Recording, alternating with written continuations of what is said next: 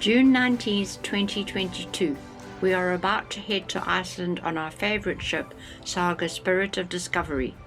First, the Saga team have to get us all aboard, which is not easy when the ship has had a late change of docking port and is now in Portsmouth instead of Dover.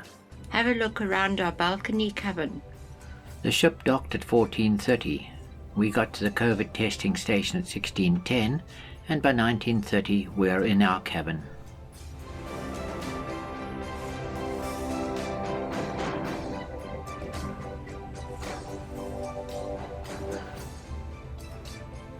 From our balcony, we can see this rust bucket. Please don't tell me this ship is on the active list with the Royal Navy. We feel very lucky to be on board so quickly. Congestion has got worse and we see shuttle buses arriving late into the night. The ever so important food for our trip also has to be loaded, with teams working late into the evening to get it done.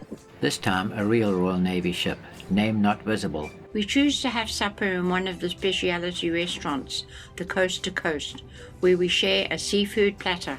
These come highly recommended, but they are big, and while offered as a starter, we had it as a main course. Followed by a delicious chocolate dessert.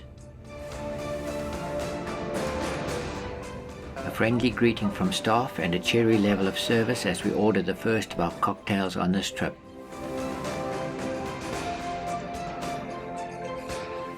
An evening walk around the Lido shows that we are still tied up in Portsmouth. We love this. Wash basins for people with only one hand. A glass ammonite sparkles along with other items of the many displays around the ship.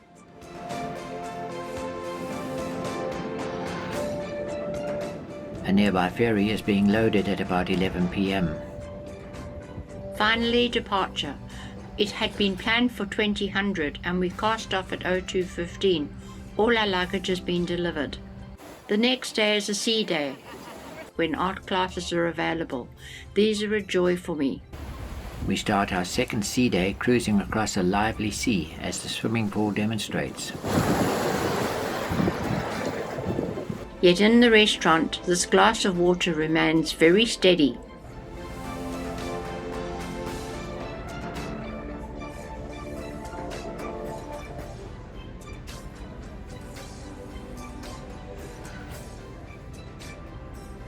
The staircase has a magnificent background showing many aspects of British life and invention.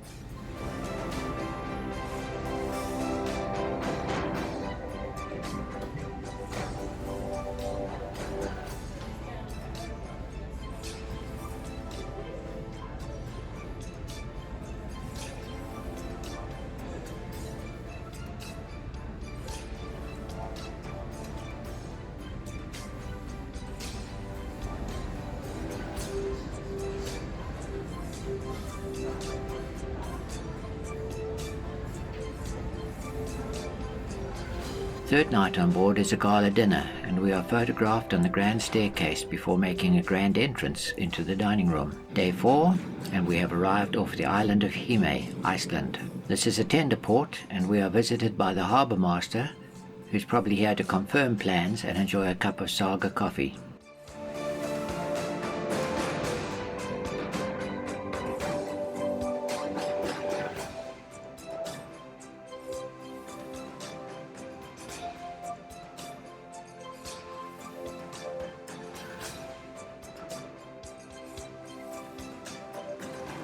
A view of the volcanic rock coastline of Hime.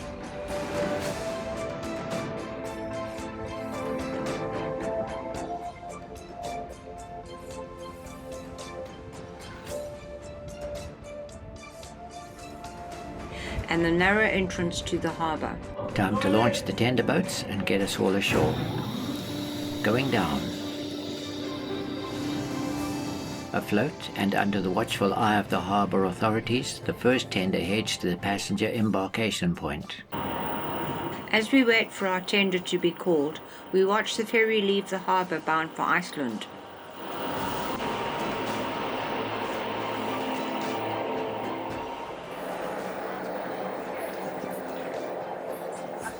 Will one of these two be our tender?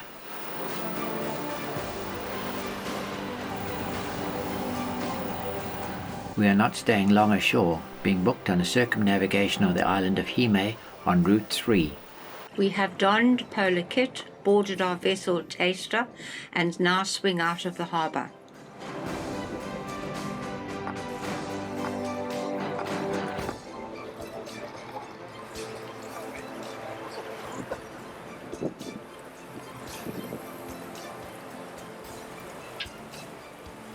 Well wrapped up, we are soon heading for the open sea. Alongside us we see the lava flow from the 1973 eruption. In that year, the lava flow was so great it threatened to close off the harbour mouth.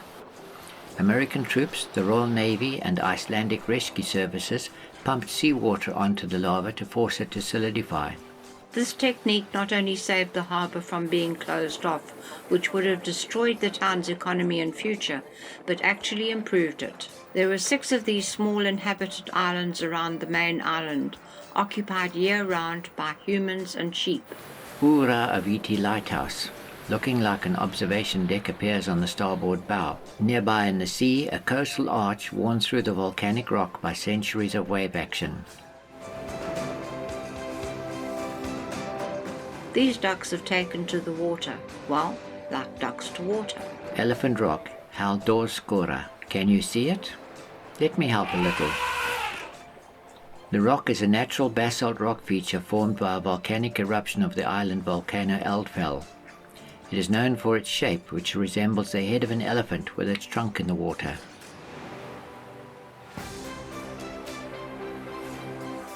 Leaving Elephant Rock, we zipped between 2 towering islands through a gap of just 68 meters. We watch seabirds watching us. With the spirit of discovery coming back into view, we know we have completed our circuit of the island of Hime. Within the harbour entrance we find Klethellish, rock caves.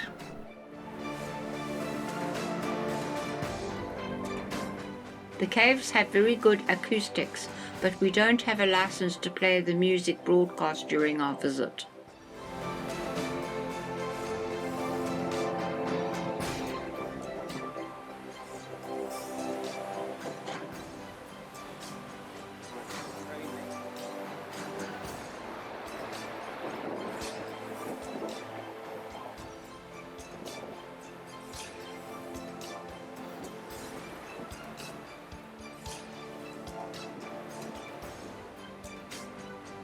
Birds swirl and make a racket all around the cliff faces, and, following the cycle of life, some reach the end. The tender pilots have had a busy day, with organised tours and trips for people who only want to wander around the town. Can't find any information on the sculpture to the birds of Hime, but we found it beautiful. We return to our berth with the Eldfell volcano prominent in the background. A cod fisherman captured for eternity. Always a cat. Except this one wasn't too pleased with us. Like the fisherman, we have no treat for it. Hime's attractive town.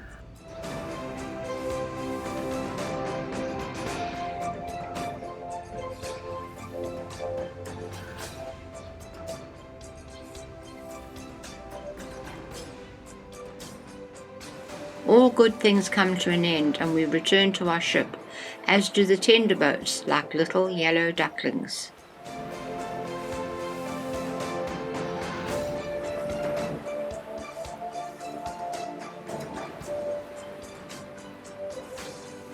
We say farewell to Hime and head northeast for Reykjavik, watching the sun sink in the west.